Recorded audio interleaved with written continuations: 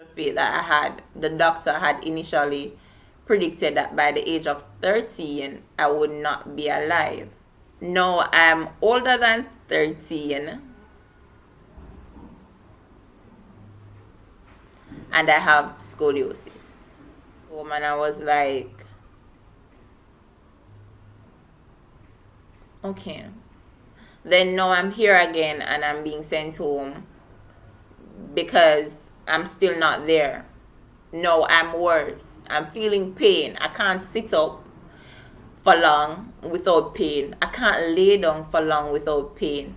The only time I think I wasn't feeling pain was in my sleep. Or maybe I just don't remember. Didn't like myself anymore. To me, I,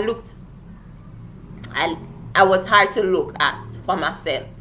So it had been years I haven't seen myself in the mirror. And I'm like, which sun? There is no sun. I be a darkness right here, so. When the sun there, I want it shine, so make it shine for me, I'm tired. I am tired.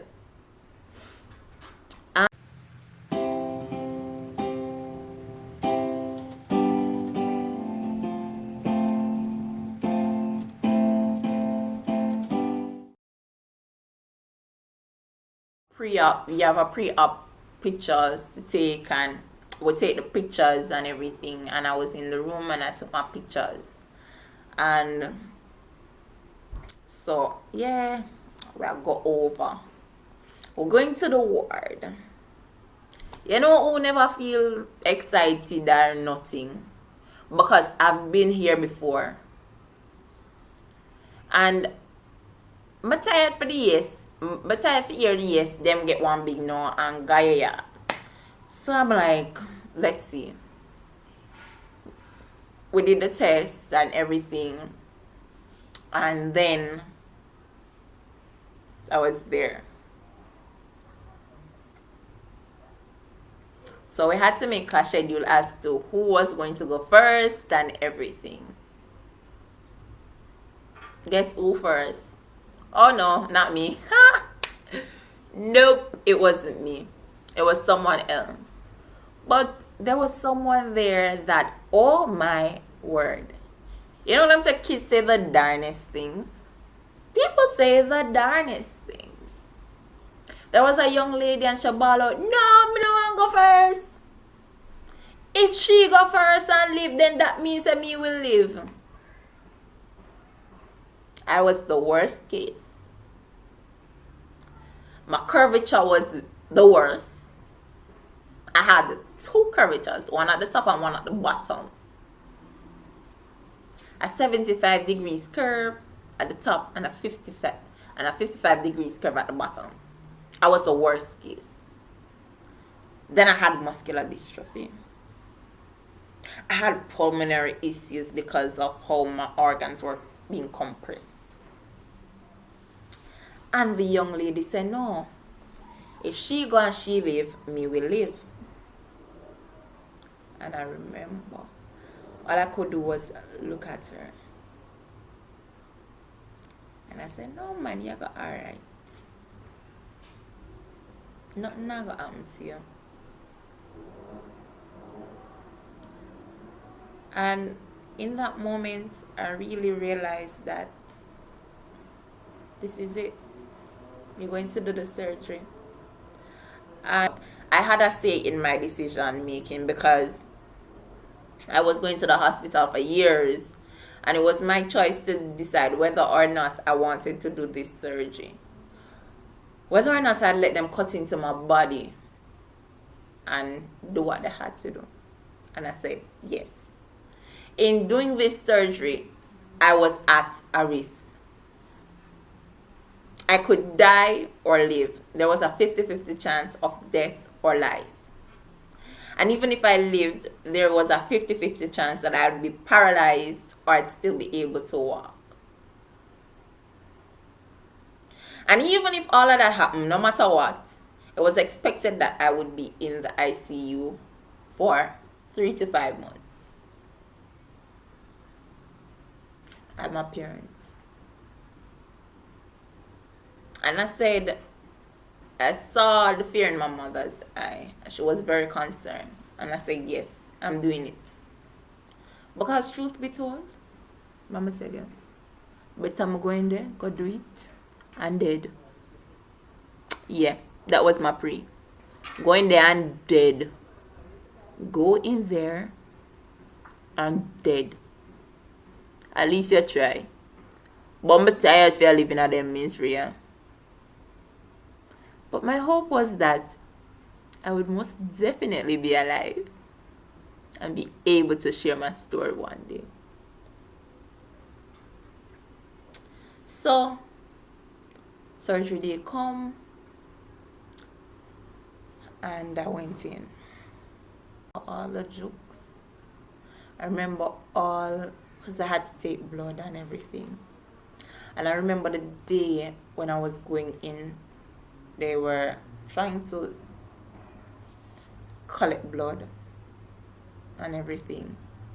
I remember looking at the person that was drawing the blood, and I asked her, so when I go get for the surgery? And she said, no, this isn't a reason not to do the surgery.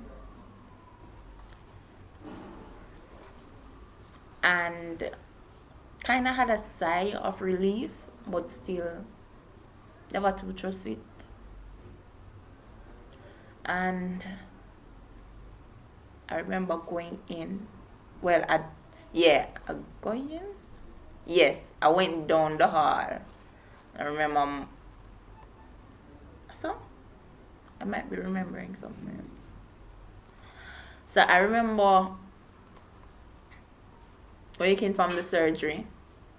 It was supposed to be basically 3 times as long as everyone else, but it took basically around about the same time as everyone's surgery, and I was awake in ICU, and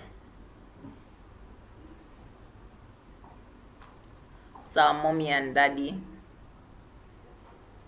So, person that did the surgery, there was a young lady that she saw her and said, you know who this is? My girl just said, where's daddy? She not even say, yes, I know who you are. She just asked for daddy. So because I know her mom felt a way about it, I was like, I saw her dad. Or was it mom? I saw one of them and I acknowledged and I said, yes, dad. Where's mom? Yeah. Woke up and I remember seeing my parents, and I remember just being happy to know that I'm alive. I then realized I was talking and everything, and I took the mask off my face. So remember I said I couldn't breathe on my own. They predicted that I might not be able to breathe on my own for months. And I took the mask off my face. And my mom was like, what you doing? You're crazy. And I was like, Mom, you know, see, it's the complete opposite. I can breathe on my own. And just being able to breathe on my own, I took that risk. I wanted to see if I could breathe on my own, if I could talk on my own and everything. So yeah, even though I take a 1-2 breath, I wanted to talk. I sang. I'm sorry, I don't have pictures to show you because they were deleted. They got erased by accident and I have no pictures. I don't know if I can find pictures of me whilst I had scoliosis because, as I said, I didn't like looking in the mirror, and I didn't take pictures.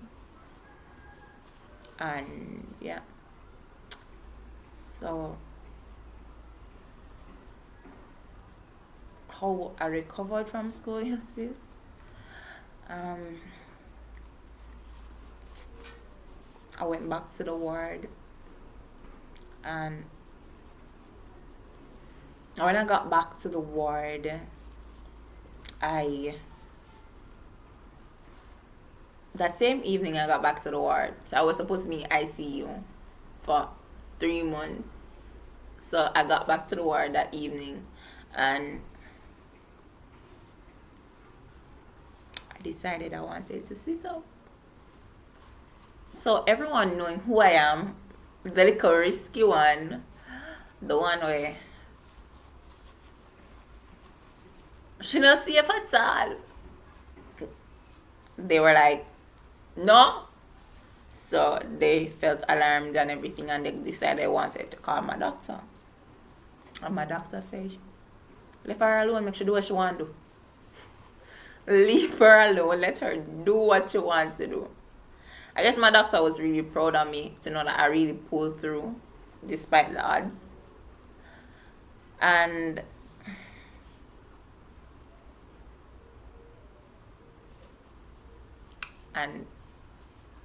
pulled through, and I sat up. I didn't feel accomplished, so I decided I wanted to stand, and I stood. I still never feel good enough. I wanted to at least take a step. I wanted to walk, but I'm like, you just had surgery. You don't want to go back in. You don't want nothing happen to you. And I took a step.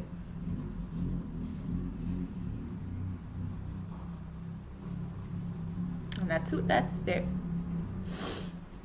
And I said, yeah man, eat this.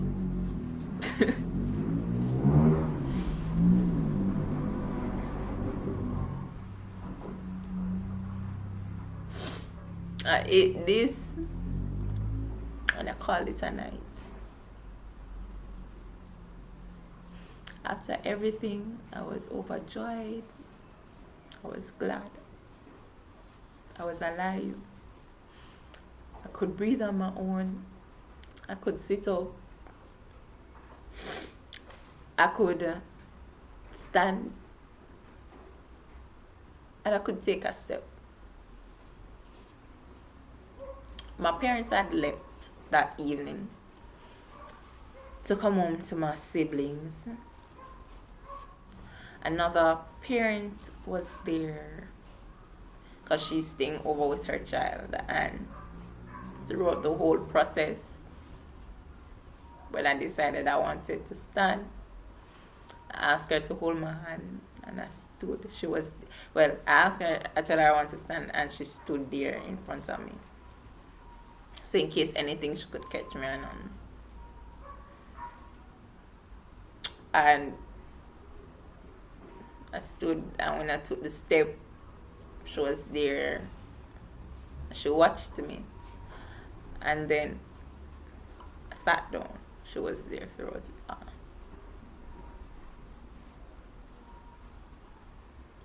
I went to bed that night. Well, I got back in bed.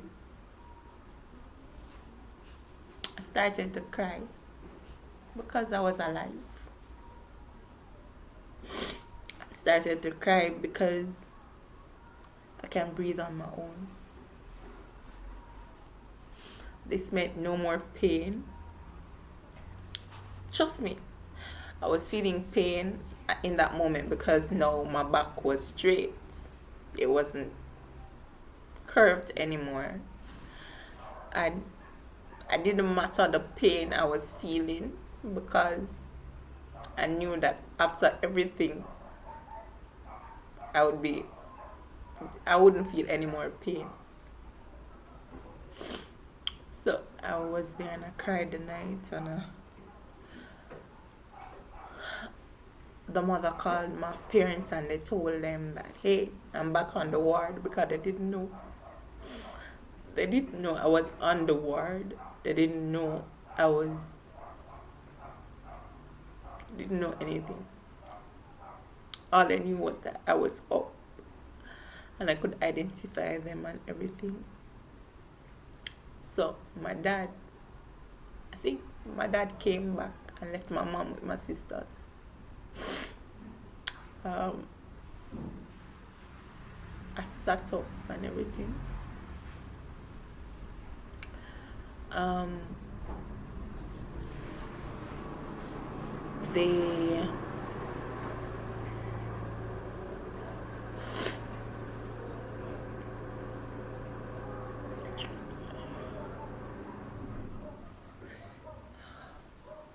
so they came back. They came back, and when they came back, some of the information blurred. I don't know if they are, it was just daddy, and came back and stayed, and I just cried because I lived. Everything was okay.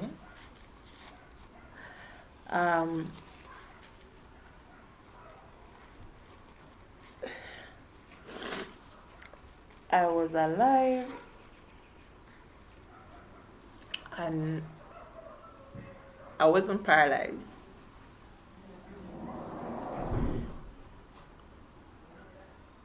So I could walk, I could do everything as far as I was concerned.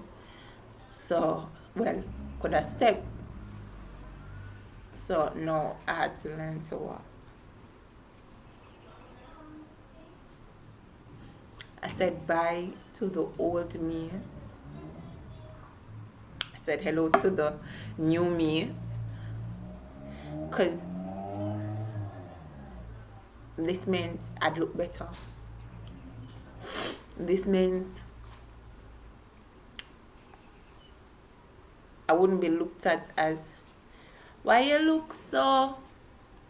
What wrong with you? Well, that's what I thought. That's what I thought. That's what I thought. Pity did I know that another journey was going to come for me that I had to overcome. Now I was able to work and everything. I went back to school, and my teachers were like, she's fragile, take time with her. She's like an egg. And I want to say, boy, Mrs. Robinson made sure I came back at school and I was okay.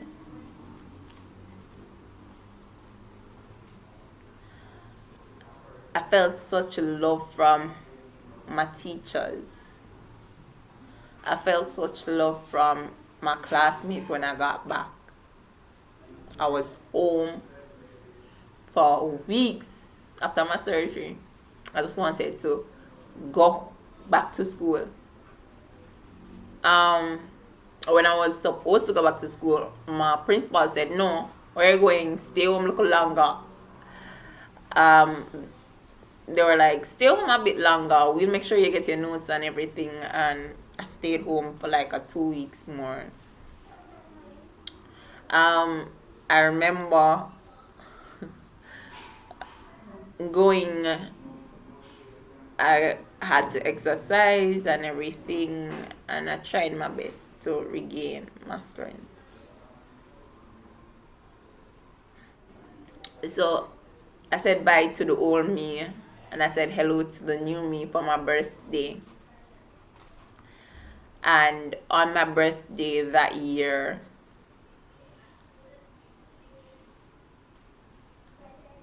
I went somewhere that I found to be my most peaceful place of all. That was the first time I was back on the road apart from hospital. The first place I wanted to go was to church. I loved singing. So the first thing I wanted to do was to go to a music day. and I like to leaving the house. So I went to a music day in the country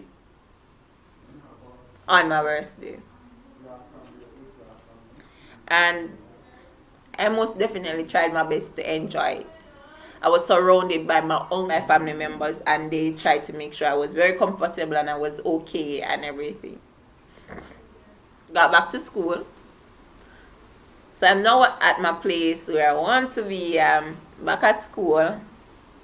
Everybody see me, they want to hug me, and them like, Chanel, and I'm like in my heart, I'm fretting, I'm like, don't hug me, please, don't break me up, like, because I was scared.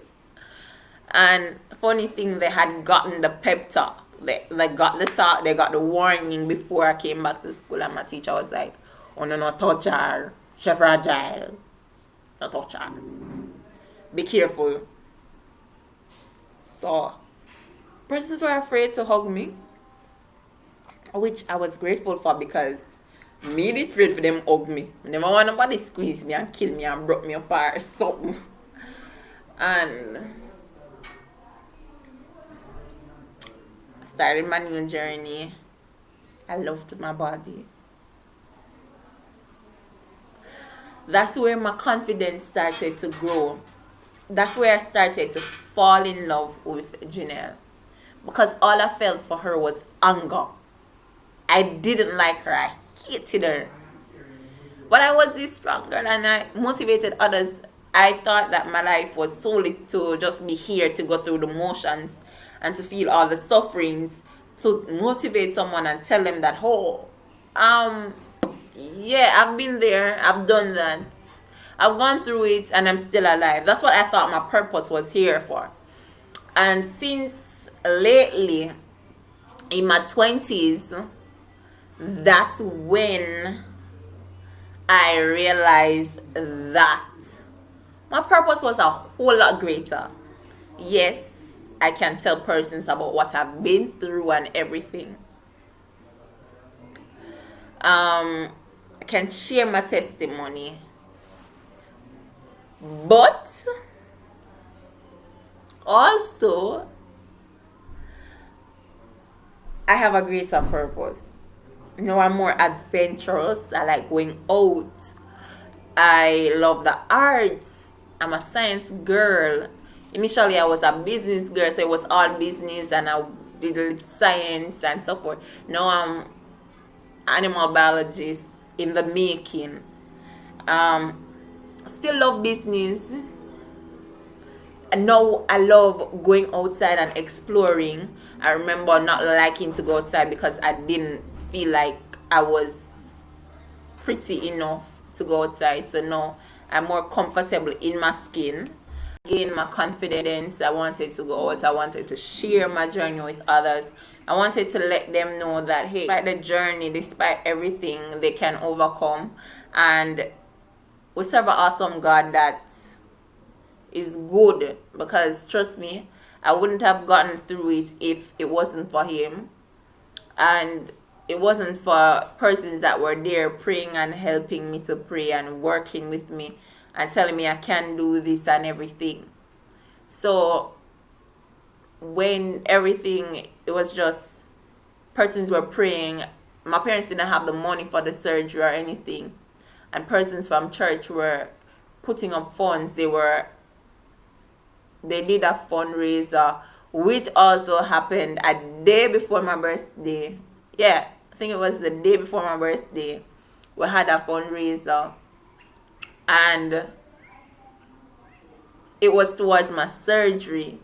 And it was so beautiful because I could see persons coming to support me, and I saw that, hey, I wasn't going to die. I had persons standing in the gap for me.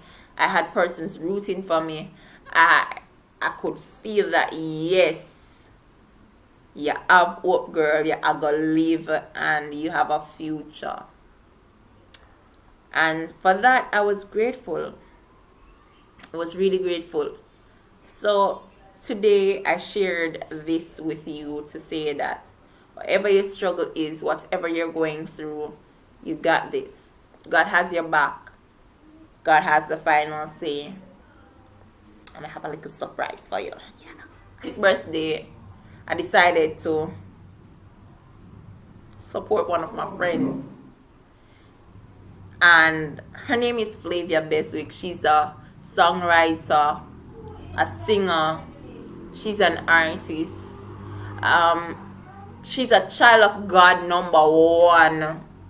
And she has a line called Plugged In by Flavia. And I bought something from her to just show how good God is.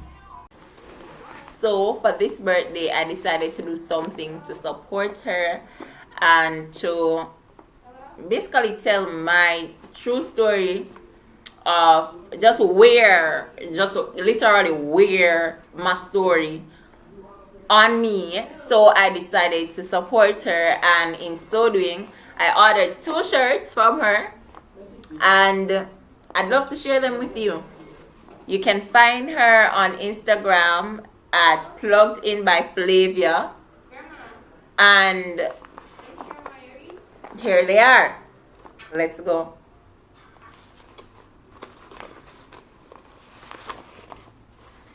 Alright. Her on Instagram. Yeah, at Plugged In by Flavia. And I'll make the link in the description below so you can get your shirts. There are other shirts there. You can go on the page and you can order your shirts. Everything. So I got my shirts and I'm going to share them with you. So you have one right here, and it says, "Stay lit for Jesus." And "Stay lit for Jesus" is very powerful because it's just 4 words, but guess what?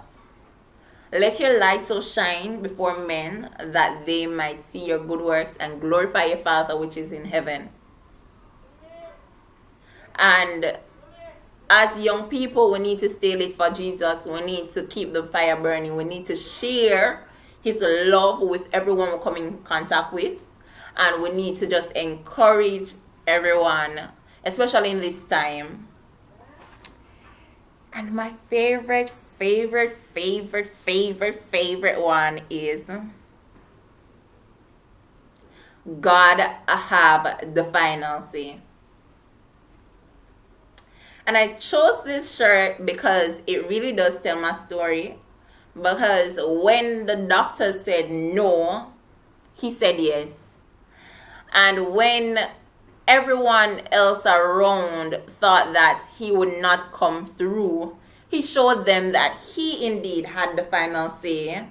And I could have died in that surgery. I could have become paralyzed. I could have not been able to breathe on my own, and the surgery could have even not happened. So God have the final say. Final say is actually it comes from one of her songs named "God Will." You can even also go and subscribe to her YouTube channel. It's called Flavia Beswick TV. I'll put the link in the description below.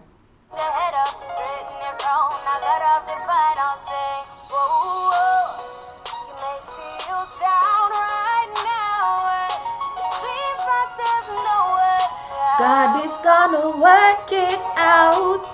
Things may look impossible, but you built your highway out of that mountain somehow. Keep pressing on it. Your change is coming. Your season approaching. But you gotta have faith. I want you to go and support her business, as well as I want you to go and subscribe to her YouTube channel. It's your girl Janelle Parrott, and I'm signing out. See you next week. Monday for another journey with me, your girl Janelle Peart. Bye.